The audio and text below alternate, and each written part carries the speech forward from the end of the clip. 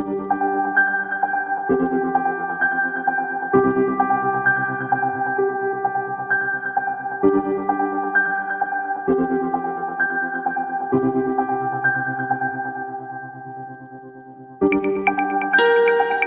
hello. This is Nada from Guided Counsel, and I'm so excited. I'm going to introduce my friend Giselle Genesse. And before we get into it, I just want to reiterate or kind of bring back as to why I'm doing these podcasts. My podcast is to help people like Giselle spread the word, be a resource to other people that is accessible to them, whether they're looking for healing, whether they're just interested, whether they're going to a journey. And my passion is to help one human at a time in any which way possible. So this is my contribution to as service to others, is to be able to unite people and bring them together. And it doesn't take much. It's all around you. You just have to be a little bit more aware and just watch YouTube videos and social media to get to know these people. So Giselle, we met through a mutual friend and we've established a wonderful friendship. I really enjoy what you bring to everybody, and you love to build communities. And I just want to talk about like what it means to you to build a community. Like, what is it? Because community could be meetups, community could be, going out dancing, I don't know, having some sort of, knitting group or whatever, that's a community. But what do you do to fulfill that? Thank you for having me here. Excited to have this conversation with you and share. So just to give you context, I grew up in a very big household in New York City, in Brooklyn, to be specific. And when I moved to LA, and I was really young, I was like 20 when I moved here initially, I didn't know anyone. And so I did what I felt comfortable, which is, to start building community. And how initially I started was I would host like these Thanksgiving dinners. And whenever I met someone, I would invite them over, or I would have various gatherings that as I met people throughout, like whether it was work or school, or I would always have something to invite them to. And slowly but surely, I started building community that way. Um, Back in 2008, I moved to Costa Rica and I lived on a permaculture farm, and it was communal living. So I had that experience for a little while. I lived there for about 6 months, and then I came back to LA and I ended up moving into my friend's house. And I had said specifically I wanted to be intentional about sharing the space with her. She had a beautiful house in Santa Monica with a big backyard, and my friend Ray Serino, he helped me build this portable outdoor dwelling, which ended up becoming my bedroom in the garden. And so we had this amazing space, this beautiful backyard. And so I started hosting various gatherings there and building community again with very much intention, having myself, actually, it wasn't so much myself, other people. I would meet people. I remember this man named Olaf Hartman. He would facilitate breath work. I went to one of his breath work classes, and then I said, hey, I have this beautiful backyard. Come, facilitate here. And so as I met people, I would invite them to facilitate various gatherings at the house. Around 2010, I had gone through a really bad car accident, and that propelled me into a really long healing journey that opened up the portal to connecting to spirit in a very big way for me. And so it was back then that I started going. I had sat in various plant ceremonies, plant medicine ceremonies, and I became a Reiki master for my own healing, and then I ended up working on people. But um, plant ceremonies, Reiki, moon dance, which is this 4-night, 5-day ceremony in Mexico, and it's all women. It's a really, really beautiful, hard experience, but I started doing these ceremonies, and this was all for my own healing. And one day, after sitting with Tata Eric Gonzalez, a Mayan wisdom keeper, I decided to come back. I was in Mount Shasta, in his land, and I came back and I had this fire pit in my backyard, and it was like, wait a second, I can be in ceremony in my own backyard. And so I started sitting at the fire, and my housemates started to join, and then more people started to join. And at one day, someone was like, "Do you have an email list?" And I was like, "No." And so I then started an email list to let people know when I was going to be sitting at the fire. And I've been doing it now over 11 years, new moon, full moon. So full moon is I invite women or female identifying only. And for the new moon, it's all genders. And so that started to build. As I then continued on with the moon dance, I completed 7 years. I got my initiation to facilitate sweat lodge. I have since moved away from Santa Monica into another home, and I built a sweat lodge in my backyard with the help of community. And I've been facilitating here. Now we have a sweat lodge in Pasadena at a friend's house, and this beautiful community that keeps showing up, for the sweat lodges. And I still facilitate fire circles, but I'm actually facilitating one on Monday for the new moon and the eclipse, the solar eclipse. Big And one. yes, it's a big one. Yeah. And I love um, sitting at the fire. And what this essentially is, this fire circle, is what I kind of call the prayer circle, where essentially people come and they share from their hearts, and we're just witnessing and holding each other. I'm not guiding anyone in anything other than I'm holding the container, inviting them into my property and, with the fire. But it's amazing to have witnessed in over a decade now, having done this work, and how people keep showing up. Mhm. And now more than ever, because I started doing this work, like I said, over a decade ago. And it's amazing to see now so many people that are so interested in earth-based spirituality, and I don't know what else to call it. I mean, New Age isn't even the word. Um, yeah, I don't know if you have a word for it. I'm curious, Nada. You know, there is Christ consciousness, the spirituality, New Age. I think it's kind of getting New Age doesn't really has it's starting to build a stigma, I think. Mm-hmm. So it's just really an awakening. Mm-hmm. And I kind of want to go back to what you were saying, because when you said you had your accident and Mm-hmm. then a portal opened up for you. So in my geek mind, I'm thinking, Star Trek, a portal opens up, beam me up, Scotty type of thing, right? But what was that portal? What did that look like for you?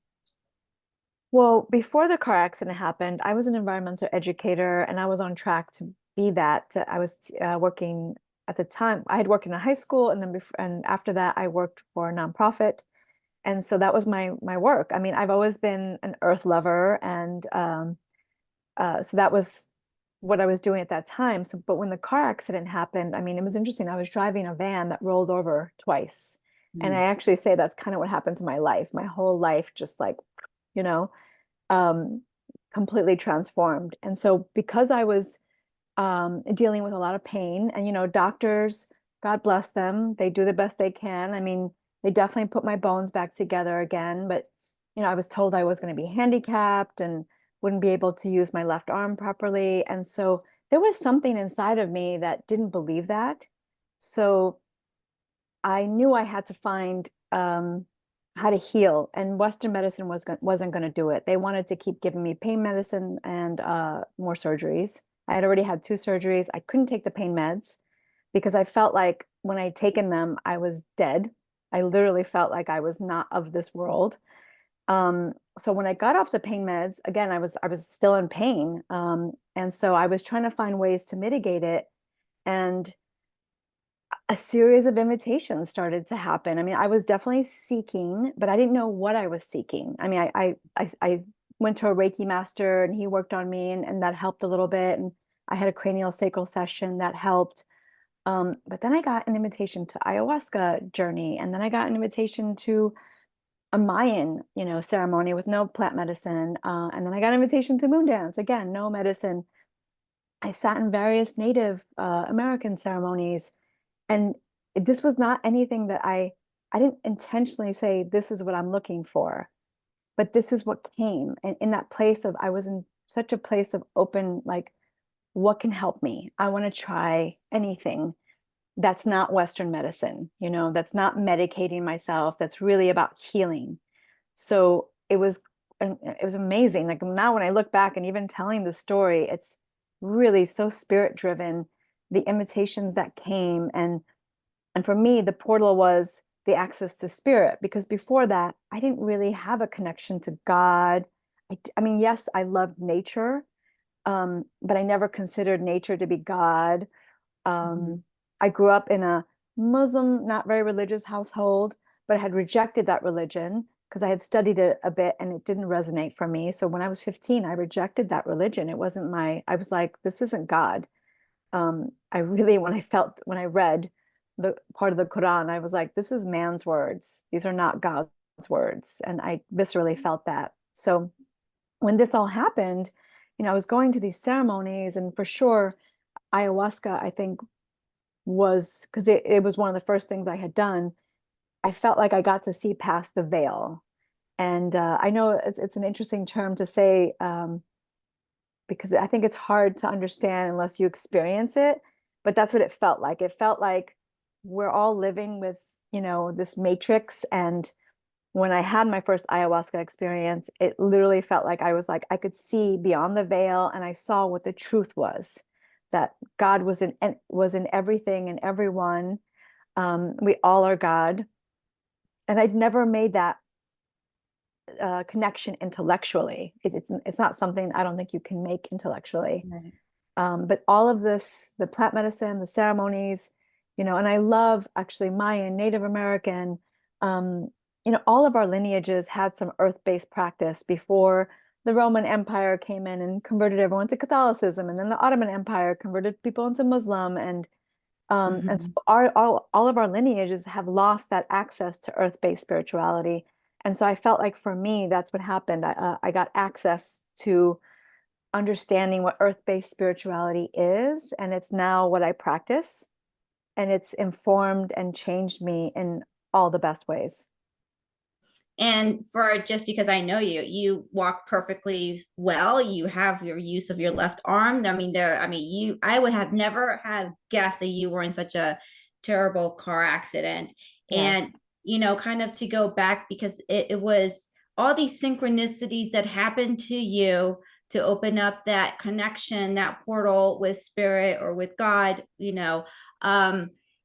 it seemed like when you didn't take the medications that you were at a complete point of surrender, because you're in so much pain and you Yes. want to take these meds that are going to make you, like you said, zombies, I because was, they yeah. numb you. That's what they Mhm. do to help you deal with the pain in some way, shape, or form. And Mhm. and some of those medications are also addictive too. um so you chose the route of, I rather do this, holistically, organically. And at that point of surrender, that's when all these synchronicities showed up. I can only imagine that you weren't even looking for, like, Google where to do ayahuasca, especially like over a decade ago, right? Where is San Pedro? Yes, and in fact, this is the beauty of what happened. I mean, the person that actually ended up telling me about this one ayahuasca journey, I had heard about ayahuasca. I didn't really know much about it, honestly.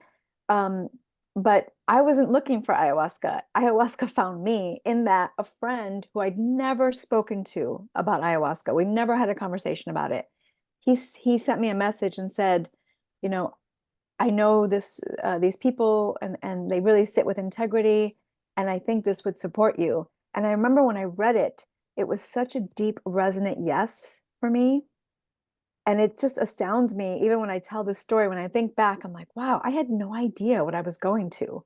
But I listened to my internal compass because, again, I was rejecting Western medicine, because I didn't want to be heavily medicated and I didn't want to be addicted. I mean, I got prescribed oxycodone, you know, so I would have gotten addicted had I continued taking those pain meds. And I knew that was the issue. I knew I could not do that to myself. So I I've always had this really amazing internal guide that I've listened to, my intuition, my gut, whatever you want to call it. And when I got that invitation, and it like blows me away that this person who I'd never talked to about ayahuasca invites me. And when I read it, it was such a deep resonant yes, and I listened and I went, and it was the beginning of just more opportunities and more openings and more portals that open and more medicine journeys, and again, journeys without medicine. And I really got to connect to, again, earth-based spirituality, which, being in ceremony, which I love. I love to be in ceremony. I've sat in so many ceremonies of so many different lineages, and I find them to be so centering, so healing. Yeah. Can you describe what a non-medicine based ceremony kind of looks like? Hmm. Because I think we've all seen images on YouTube or whatever where you have plant-based ceremonies and people are just releasing a lot of everything, right? But what Yeah. does a non-plant-based ceremony look like? Hmm. So the first one I went to was a Mayan ceremony. So with I mentioned Tata Eric Gonzalez. He's someone I still sit with. He's a beautiful leader of this Mayan lineage that he's from. And so he leads these ceremonies where we're basically sitting in front of the fire, and the fire that they create in the Mayan uh, ceremonies doesn't involve any wood. It's like candles and dried herbs and chocolate and honey, and the community brings these offerings, right? And so he's then facilitating, starts the fire, and channels, whatever wisdom that he's learned from his teachers and elders. He brings in everyone, invites everyone there to speak and to share as well. So there's no imbuing of plant medicine of any kind, no fungi. We're just there with the medicine of the fire. We're there with the medicine of each other, and I know now, after leading 11 years of fire ceremonies, each person that comes brings their medicine, and we co-create the experience together. It's just the energy each person brings, the words that they say, the tears that they bring, whatever it is that they're navigating. Like, we're all co-creating that, and there's medicine in that, but not plant medicine. You're not achieving any altered states. But there's medicine in chocolate, that's for sure. Yes, yes, I love chocolate. Yeah. Wow, that's amazing. I don't think I've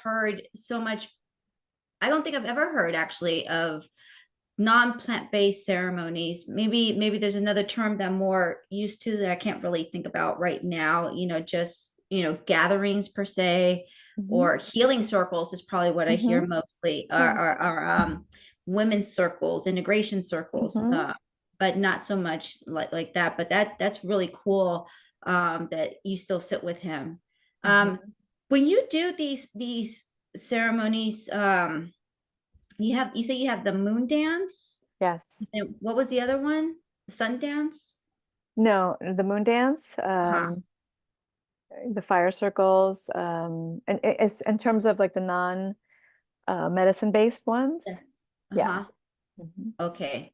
No, that's great. So for people that are not interested in trying any type of plant medicine, which is legit, it's Yeah, like it's not for everyone. it's not for That everyone. no. Yeah. Definitely this is a different option for them. So Hmm. that's great, a great alternative. Let's talk about sweat lodges. Hmm. 'Cause I know you facilitate the sweat lodges, and those are pretty cool too. So I want to hear from you what entails a sweat lodge.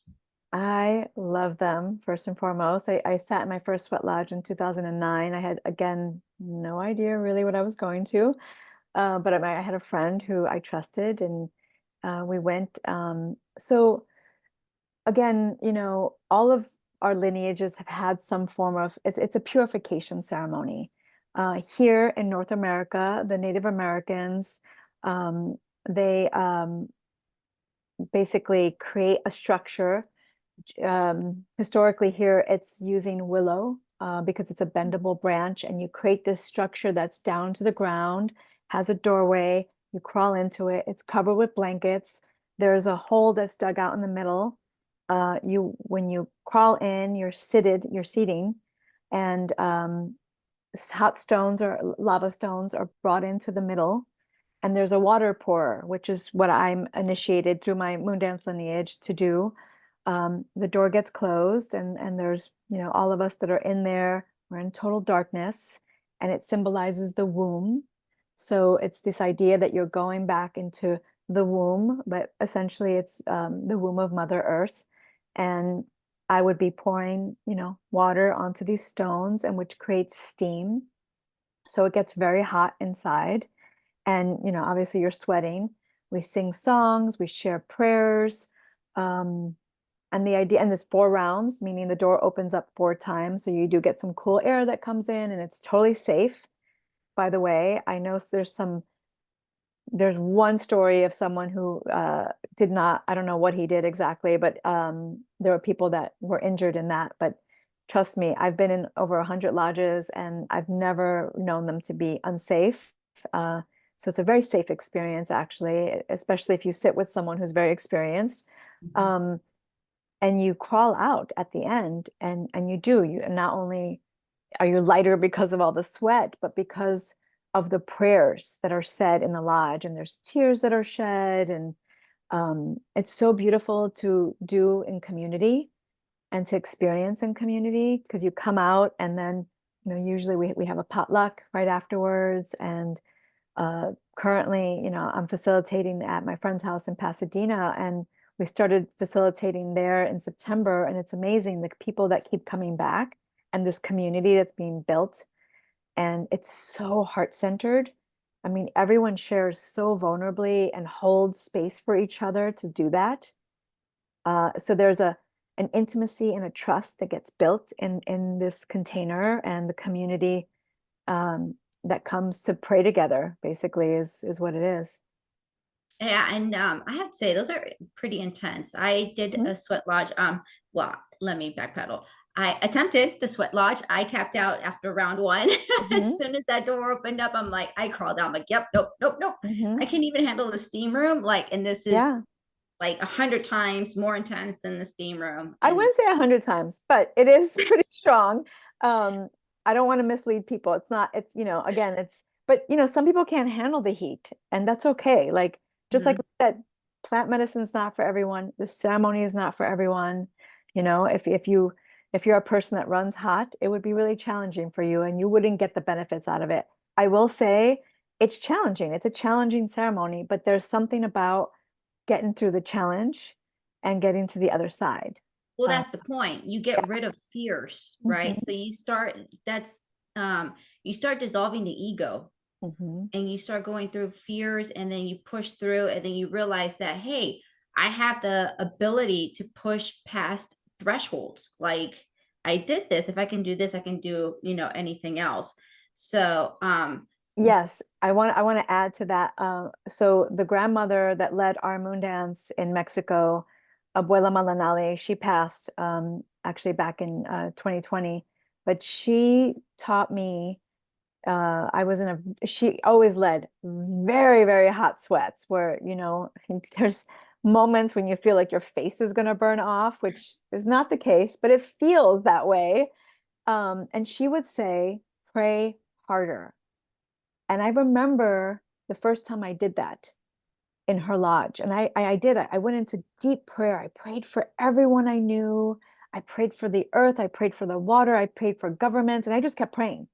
So mhm. in my mind, I went into deep prayer space, and I transcended my body. I mean, I knew I was safe. I knew I could let go of my body, right? Because I knew she had us. And it was one of the biggest teachings. She reminded me of the power of our mind, because I could have sat there and just been like, oh, this is so hot, this is so hot, this is so hot, this is so hot. But Mhm. instead, I went into, I'm going to pray for water, I'm going to pray for that, and I just went into prayer. And I didn't let my mind, the chatter in my mind, get in the way of me moving through that. And instead, I didn't feel the heat. And by the time I got out of there, I mean, I felt so high, like happy high, where it was like Mhm. I had moved through so much in my physical body, and I focused my mind on what I was there to do, which was to pray. And there's a whole bunch. It's not just the sweating, it's gosh. I will describe what I did see in one sweat lodge, which was really cool. It was this gentleman who had been to the sweat lodges that he had worked his way up to, going through the full, in this case, for 3 rounds. and he brought his 16-year-old son, a 16-year-old son, big dude. So, but he was there with his dad, and we were in a very safe environment. And, the 16-year-old son was there because he experienced whatever trauma he experienced, and the dad was trying to help him out. And the kid stayed through the whole thing. And when he came out, he looked like he just was a completely different person, just Yes. completely transformed. And I think at 16 years old, what helps is that they're more open, and trying things, out of curiosity, versus we're kind of stuck in our own mindset. I was the ones like, oh my God, it's too hot. I'm gonna, my face is burning. Yeah. I was that person. Yeah. So I didn't make it through, but this kid was like full surrender, and he came out completely different. So these are, I have witnessed a full transformation of the 16-year-old boy that came in what we would call broken. I don't want to say that word, but that's what you would think of, and just completely transformed. And we were all cheering for him that he made it through, and he was so excited. He was happy, crying, ugly crying, happy. So it was a great experience.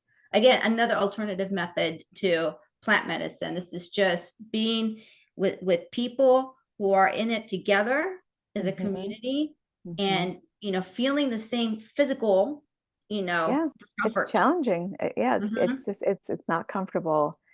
And there's something valuable about going through the discomfort together, because oftentimes, especially in the way our society is set up, we're like in our own homes or apartments, struggling by ourselves. And one thing I've learned in all the years of sitting at the fire circle is, and every time someone shares so vulnerably, I'll hear another person say, wow, I needed to hear that. Wow, I thought I was alone in feeling that feeling. Like you're describing exactly what I'm feeling. And that's the importance of gathering in community. That's the importance of, witnessing each other in this vulnerability, in this prayer space, is that you remember that, you're not the only one going through this. Mm-hmm. And I think that's one of the best things about having those type of non-plant medicine ceremonies, because when you're taking the plant medicines, it is your own journey. Mm-hmm. You are there for yourself. And yes, you have people around you, but you're not engaging with them because they're going through Mm-hmm. their own journeys. And this is different. This is like teamwork. Mm-hmm. You may not talk to each other during this process, Yes. but you know that you're physically right next. I mean, the sweat lodge is small. It's a small Yes. tent. And Yes. I don't know how many you have. Is it like 10 people It's around the about fire pit? it's about 18. 18. Oh, so yours is bigger than the one I went to. Mm-hmm. So it's like about 10 people. So you're really there in a very, snug situation. Mm-hmm. And but I don't know, it just makes it feel a little bit more comforting when you're with someone, Yes. even though you may not have a connection with them, you don't know them, because you're strangers when you first arrive for the most part. Yes. But to Mm-hmm. know that's a great feeling that you're not alone, which you just pointed out. It's in life, in our everyday life, we feel alone when we're Mm-hmm. going through things, and we're not able to articulate what we're feeling because we don't really know. Exactly. And sometimes we feel like we're wrong in what we feel. And that's the other piece that I love about, when we're a community and we're sharing vulnerably, we're just reminded that, like, oh, it's okay that I feel dot, dot, dot, whatever it is, because this person here who, we have these judgments, right? You see someone, you think they've got it all together, right? And I've seen this, trust me, I've had so many people come to my fire circles, and you think they have it all together, or they're really successful in business and life or whatever. And then they come and they share so vulnerably. And I think that again gives us that permission, when you see that somebody who you think has it together, you're like, oh, well, if they're struggling with this, then that gives me permission to be okay with struggling as well. Mhm. No, that's a beautiful point too. It's people of all walks of life. Hmm. Like, what I've witnessed is just, you never know. So you Hmm. can't really judge because you really don't know. It's those people who are the most confident are probably the one that needs the most help. Sometimes, yes, Yeah. absolutely. And again, when you're witnessing that, that just gives you more permission to just be gentler with yourself, to be like, it's okay that I'm struggling right now. This person obviously is able to have a successful business or whatever it is that they have, and to have the struggle, I can get there too. I can get through this struggle, and I can make, strides towards succeeding in life. Mhm. So, so let's talk about we've done whatever ceremony. And we'll stick to the non-plant ceremonies because those are the ones that you facilitate with these whether it's sweat lodge. But what happens afterwards? What happens after the person experiences these wonderful things, ups and downs? Maybe they see their fears face, firsthand, and they're forced to deal with the things that they've suppressed so much, and it could be very traumatic. What Mhm. happens afterwards? Yeah, it's a great question. I think, one of the hardest parts is when you go back home, and, whether you have a family or a partner or children, or you go to your job. And, I think one of the hardest parts about this human journey is to allow yourself to change, you know, especially because people have a perception of who you are. Maybe this is an example. Maybe you're like this super extroverted person, and then you go into a journey and it really just makes you go inward, and you're just like, I just want to be quiet. My energy levels are low, and you go back home or you go to work and everyone's like, what's wrong with you? So it's really hard. And I also guide people, on this journey. Um, because it's really hard to go back home and to then make the changes in your life, Mhm. especially if you go through something big and then you go home or you go to work and people are like, what's wrong with you?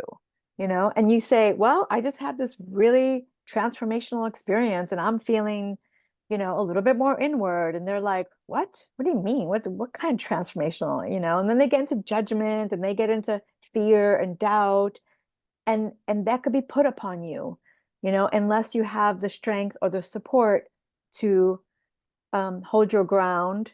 I often tell people to not share with everybody, because people will come, at you with judgment. And maybe, and there's lots of support groups out there. Like I said, I'm also, I coach people through this whole process so I can, help guide them to just navigate the energies. But I think that's one of the hardest. It's not the ceremony, it's actually going back into your everyday life. It's in my own personal journey, the more you experience, the more you change, the more you realize you're not the same as other people, that, Mhm. we're something else. We Yeah. understand we're something else, and not everybody's there. And so that it becomes more of a struggle because there's a lot of trolls out there. There's a lot of um gosh, there's so many things, of one, the media, right? Social media, who's controlling the social media? What are they trying to say to you? Mhm. You're supposed to do this in society. You're supposed to have, the 2.1, kids with the dog, and your car and all this stuff. And you start realizing that I don't know if I really believe in all of that. And that part of when you experience, especially if you do many ceremonies, um, um, you just get more and more downloads. You just open it yourself up more. And then you look at your life and you look at your friends and you start questioning all of that. Right. Mhm. And you're like, who am I? That becomes the next question, is like, who am I? And what is my role here in this life?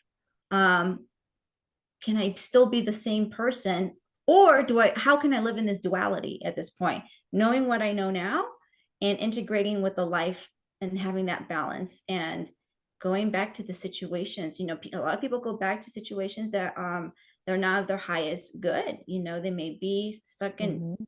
terrible commitments, or terrible circumstances, whatever it may be. And how do you find the balance in that? Well, another example is, say you have friends where you go out every weekend and you drink.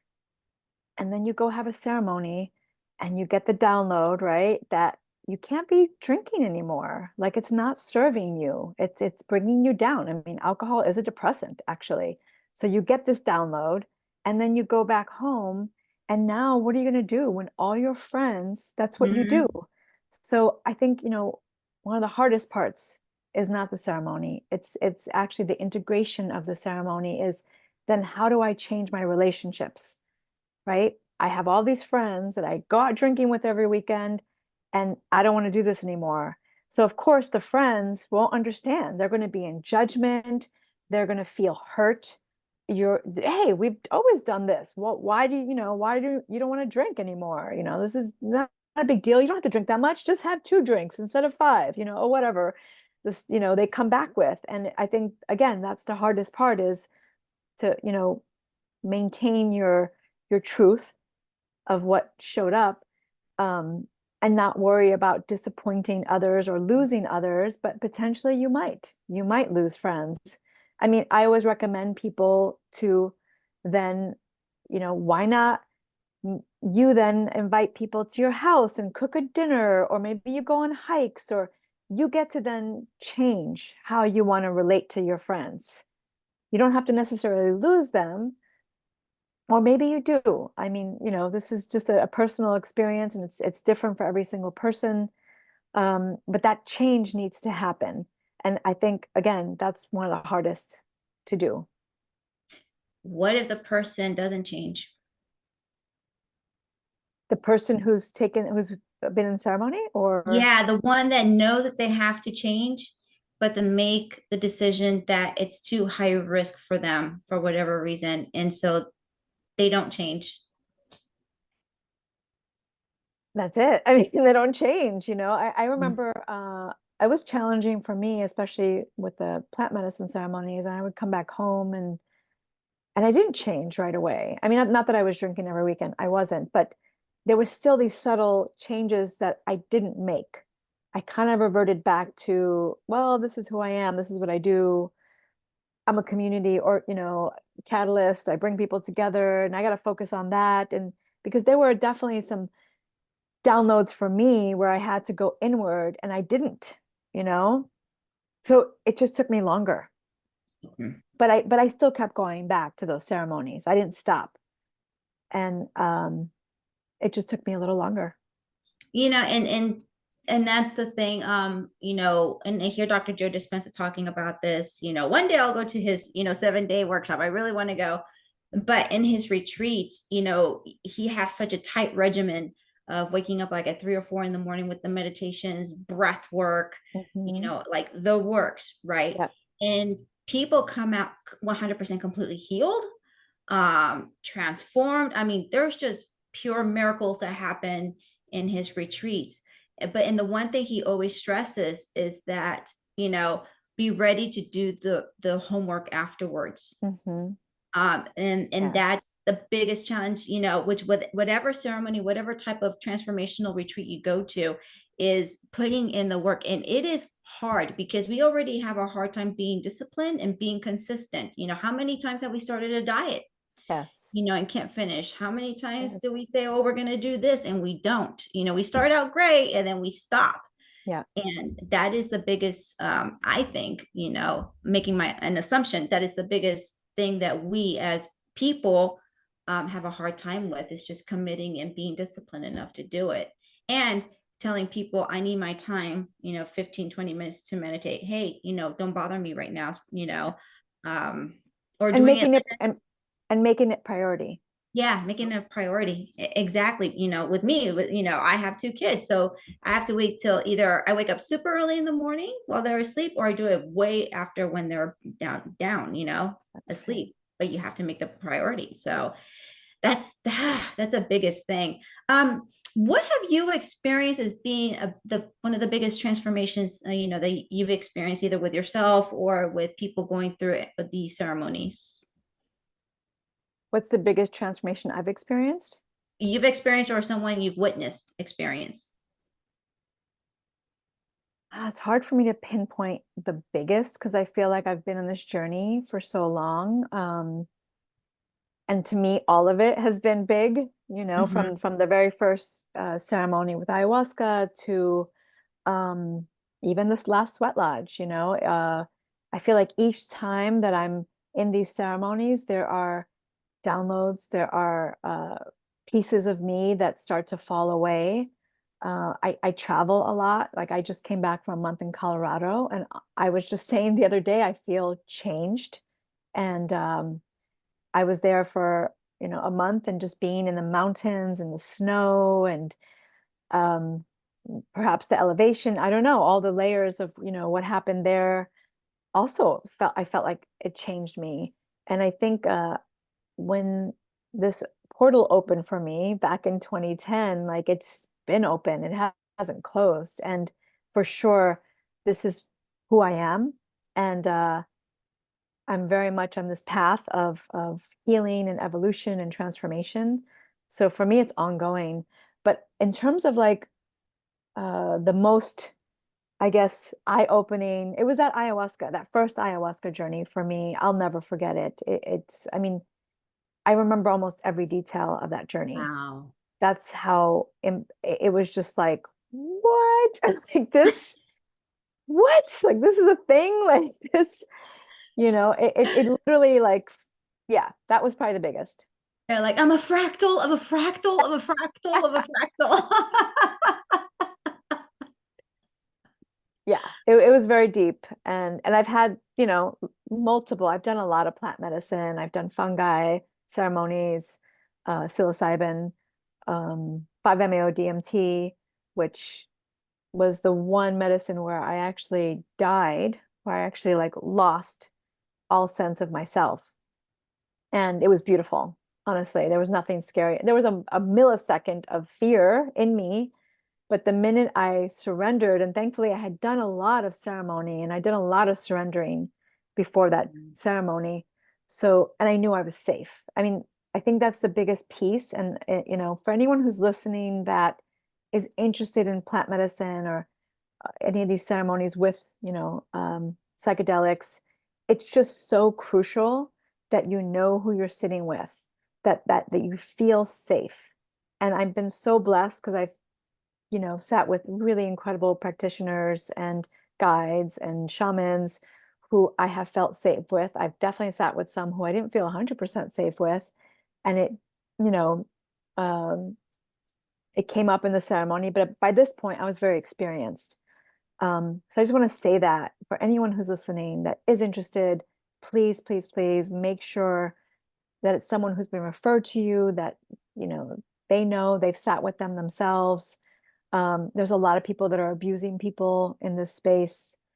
Um, yeah, so I want people to be safe. That's really, really important. And if you have that safety and if you have that container, you can just go, you can fully surrender. And I love it. I love the ability to do that. And you bring up a good point. It's not just safety with the practitioner, but also if you do it in a group setting. Mhm. Um, the referral is great because the referral kind of has an idea of what kind of people are showing up, what the Mhm. intentions are. If for any type of plant medicine that you're doing, if you're not in a good mindset, that's where you'll probably have your bad trip. And it's actually not even a bad trip. It's just exposes you to your truths that you're not, you know, maybe weren't ready to see or didn't want to see. I don't believe there are bad trips. I think every journey is beneficial because it's a reflection of where you are at that point and that time that you do it. But if you're coming in from a very good intention and you're just there for whether it's healing or even just curiosity or whatever, that's still a good space. So Mhm. it's very good to be mindful of the other's intentions around you because you're together in a community, but you also, as you go through these journeys, you hear what's happening, right? And that may be influential in your own journey as well. So And preparation, you know, mhm. I'm very much about like when I first learned about dieta, which was when I first did ayahuasca, and it was like, okay, clean diet, you know, don't even watch violent movies.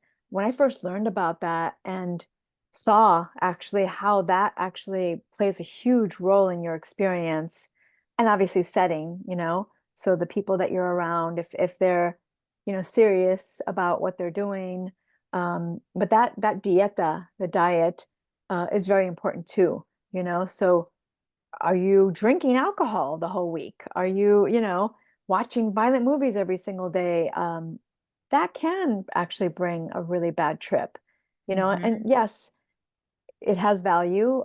I feel like you don't have to go there.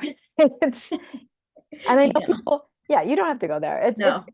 I've never had a really, really bad trip, because I've been really particular about, that taking care of myself before, and I've learned.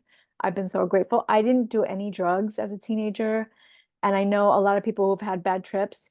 It was because they were with people who didn't know, and they just were like, let's have fun and let's drink alcohol and do this medicine, this drug and that drug and mixing Yeah. drugs, and and that leads to a very bad trip. And I've heard people had super traumatizing experiences, like so scary. Um, so I really want to educate people about that, and really put the word out that you don't need to go there. Uh, I mean, obviously it's hard to, educate teenagers because they're going to do what they're going to do regardless of, what we tell them, but especially if friends are going to be offering them things. But for those of us who are adults, I don't think you need to have a bad trip. I don't, yeah.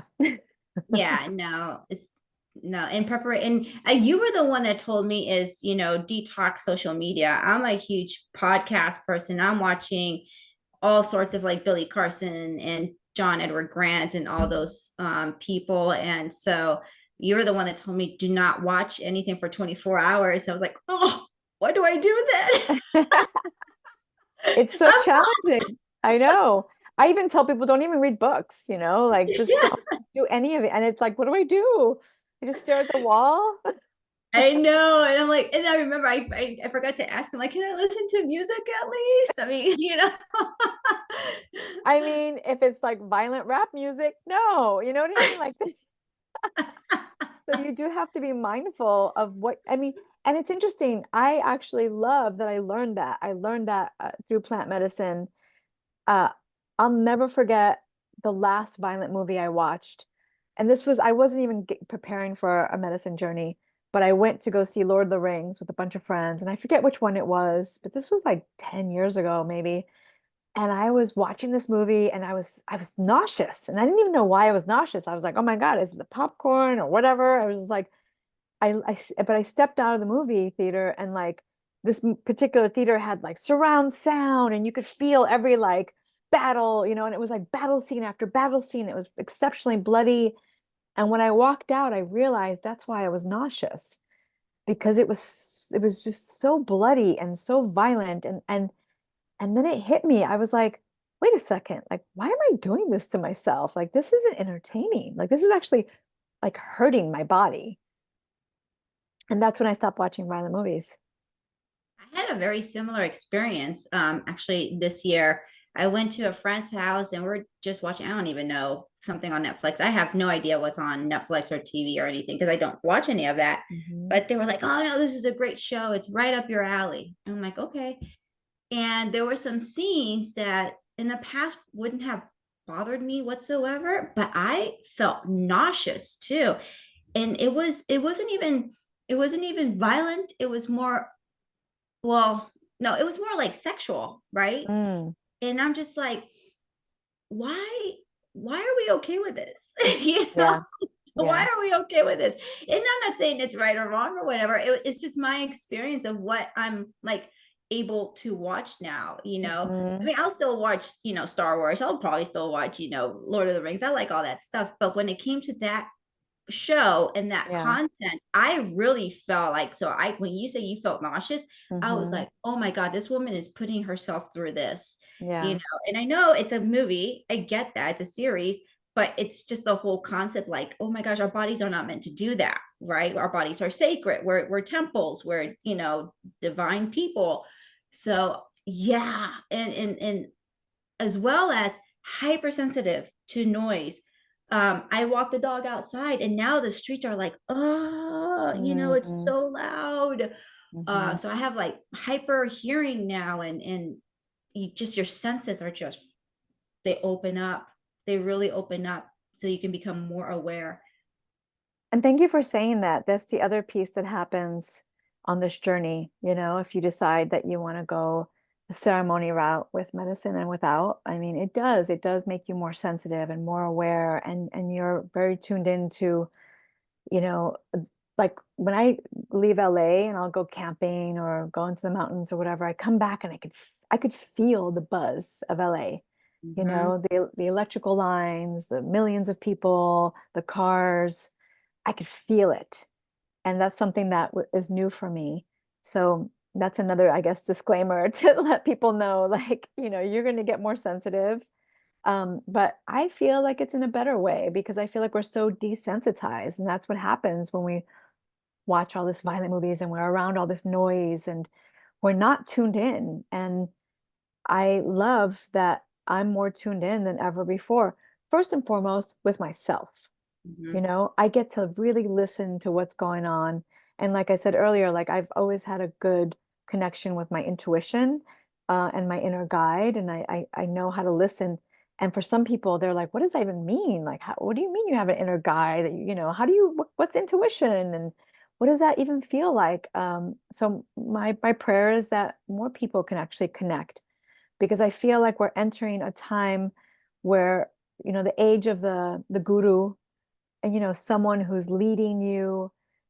I think that age is done, and we're entering this age of sovereignty where we as individuals are tuning into ourselves. And I believe that the plant medicines have gone out into the world to do that, to actually Mhm. help people to really connect to their sovereign selves. And that's what I'm also teaching and guiding people to do, is really to connect. How can you learn to listen to yourself? Yes, we can gather in ceremony, we can gather in community. Um, the other night, actually, I was in a tea ceremony, not medicine, just herbal tea, and it was a friend who was leading this herbal tea ceremony, and this other friend, she basically got up and she said, "I'm sorry, I feel like I need space. I'm going to leave."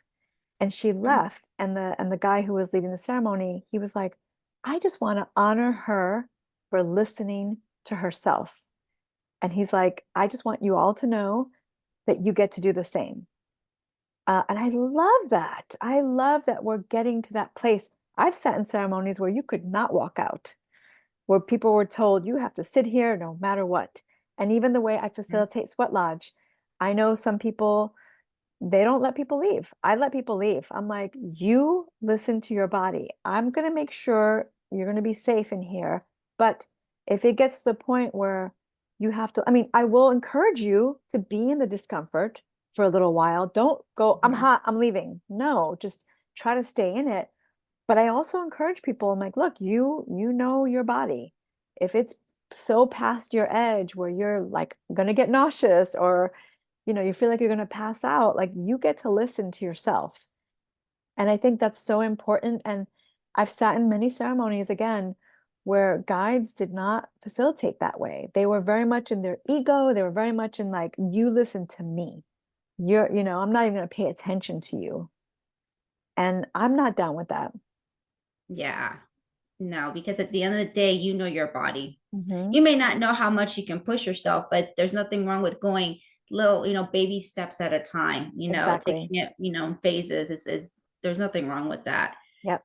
So, and that ceremony may not be your jam. You just have to explore Totally. another ceremony. That's what I did. I just explored lots of ceremonies. I Mhm. know the ones that work for me now, and those are the ones I go to. And um, yeah, I'm very particular about who I sit with, with and without plant medicine, because I've sat with people who, like I said, they've shamed people, they've been in so much in ego, and I can't do that anymore. And I'm a sovereign being, and I'm an empowered woman, which, by the way, there's still this patriarchy in a lot of these ceremonies that I am so not down with. Um, yeah, in fact, there's I've even been attacked because some people have said, they're like, "Oh, you've taken over a Native American ceremony." And because I allow people, if they want to be naked in lodge, they could be naked in my lodge. Mhm. I've had people, say things to me. And first of all, I'm not Native American. The way I facilitate is it's called a Rainbow Lodge because I'm of a different lineage than the ones I've been adopted into, and I've also done the work. I've danced for 7 years. I mean, now 8, but 7 years to receive the initiation to carry the medicine of the Sweat Lodge from a lineage that's mixed. It's Lakota and Mexica. My family's Mediterranean, so I'm not claiming to be Native American. I'm not, and nor am I trying to take anything away from Native Americans. In fact, I'm an ally with Native Americans, and I want so much for reparations and for the Native people of this land to be celebrated and honored in every way possible. And my lineage and yours and everyone else's has had some form of purification ceremony. So I'm going to facilitate it in the way that feels resonant with me. I've sat in ceremonies where they've asked women to cover up. I'm not okay with that. I'm Mhm. not okay with that. Like, you're going to ask a woman to cover up and not a man? That's rooted in patriarchy, and it's rooted in Catholicism. When that came into this country, they looked at the Native Americans who were not fully covered and were in judgment of them.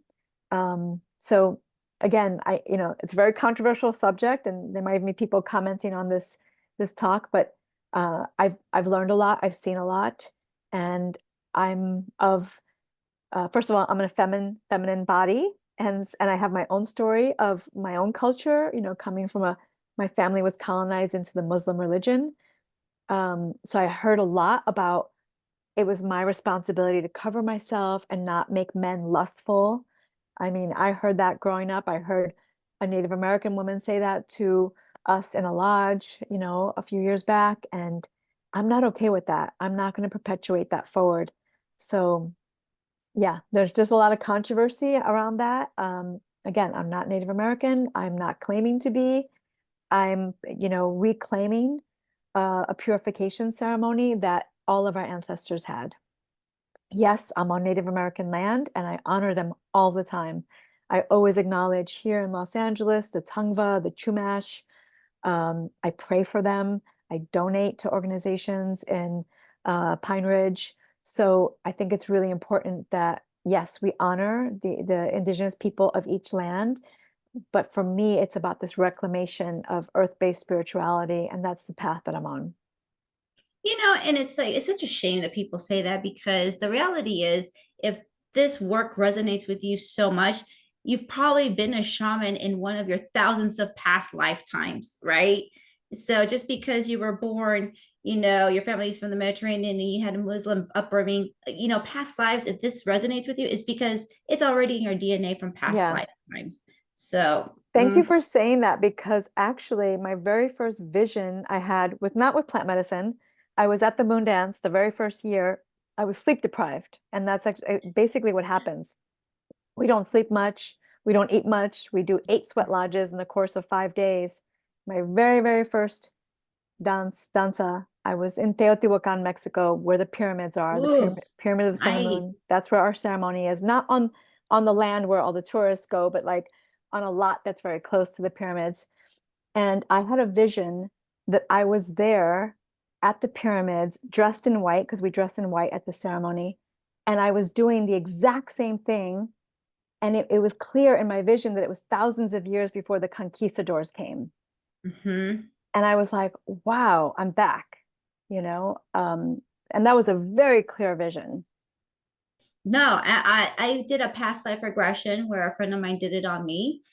And I was, so I guess back in the conquistadores, they used to also, the Native Americans or Indians, they would also kidnap. It was kind of like back and forth kidnapping, the Europeans, and, because they stole their women and all that stuff.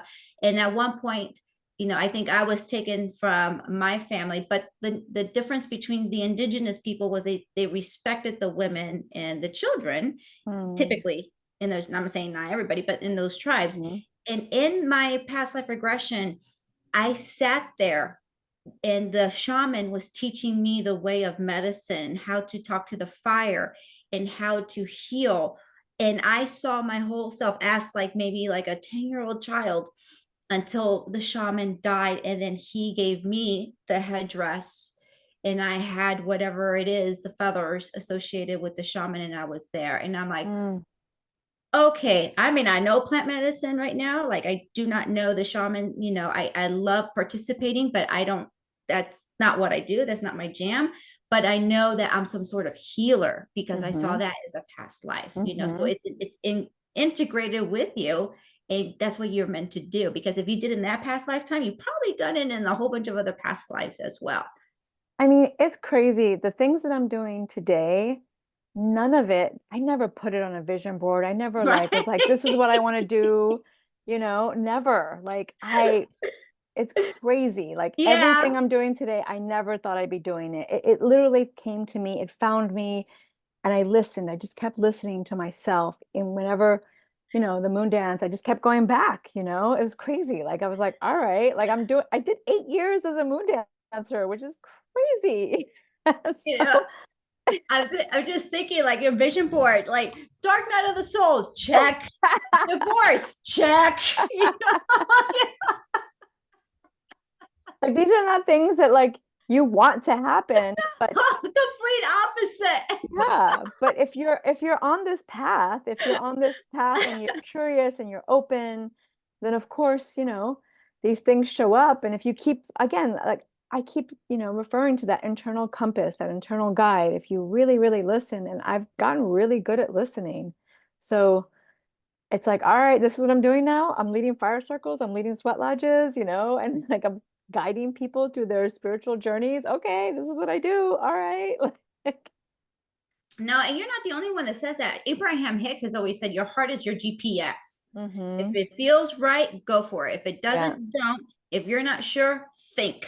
Mm-hmm. Slow down and think about it Mm-hmm. until it starts, you choose one or the other. So Yeah. inner guidance, your heart, intuition, GPS, whatever you want to call it, it's there for a reason. Mm-hmm. And it's supposed to help with your heart, the whole heart and mind coherence, right? That we're all trying Exactly. to align. It's supposed to be working in unison. So Yeah, and the more we declutter, right, all the things, the conditioning from our culture, from society, even our identity, I mean, I actually love that like kids nowadays are like, I'm not any gender, because there's so much that comes with gender. So I studied anthropology in college, and I remember taking this class. It was all about gender. And they were talking about how girls are socialized versus how boys are socialized, you know? And I actually love that people, kids nowadays are like, yeah, I'm not any gender. Because to me, that's like them wanting to gain access to who they truly are. yeah, and that kind of resonates with I watched this person, his name is Michael Murdad. He's like he teaches out of the Course of Miracles book, Christ Consciousness. And he's a funny guy. And he's like, no wonder these kids come out saying that they're not this and they're not that because they're over it. If there's so much pressure and just trying to Totally. be a man or Yes. a female, they're just over it. Of course they're Yes. here. It's like, who would Hmm. blame them? He's like, he even makes a joke. He's like, God just sits up there and says, you guys are weird. As a general collective, you guys are on Yes. something. Well, we're shaped by culture, and it's like wherever you are born, whatever part of the world, you're shaped by your culture. And so Mm-hmm. whatever those beliefs are, whether they're rooted in religion or they're rooted in some traditions, like for instance, my family is Albanian, but again, the Ottoman Empire had ruled for 500 years. And so all of these traditions then became part of our tradition. We lost our original ways. Majority of humans today have lost, the original ways. I mean, I think it's Yes. impossible to even like get to the original way, but um, we're being ruled by empires, thousands of years ago. So they set the tone for what the culture is, and then governments and schools and religion and whatever, country you come from. Yeah, that all gets in the way of who we really are. It's true, and you said that very beautifully. It's just we get on our own way. We're born getting in our own way because you're born, in my case, you're female and you're Mexican, and these are your traditions, right? Mm-hmm. And it's like we're almost set up for failure. But Yeah. at the same time, this is what our souls came here for, this, Mm-hmm. the school of earth, Mm-hmm. this earth school. And this is what we're supposed to, and we're heading in the right direction. So Mm-hmm. uh, hopefully before it's not too late, but that's a different podcast. Yeah, I can't speak about any of that stuff. I don't know where we're headed, but I feel like right now, I'm just grateful that I'm alive at this time and I get to do what I get to do freely, openly. I get to have a podcast with you and talk about these things that I do. And I know there's people that are in judgment. I have family members that are in judgment of me. And I'm okay with that. Like it's doesn't bother me that people judge me. This is my life. This is my path. This is true for me, and I honor whatever's true for you. Simple. Yeah. And at the end of the day, it makes us feel good to help others. Hmm. It really does.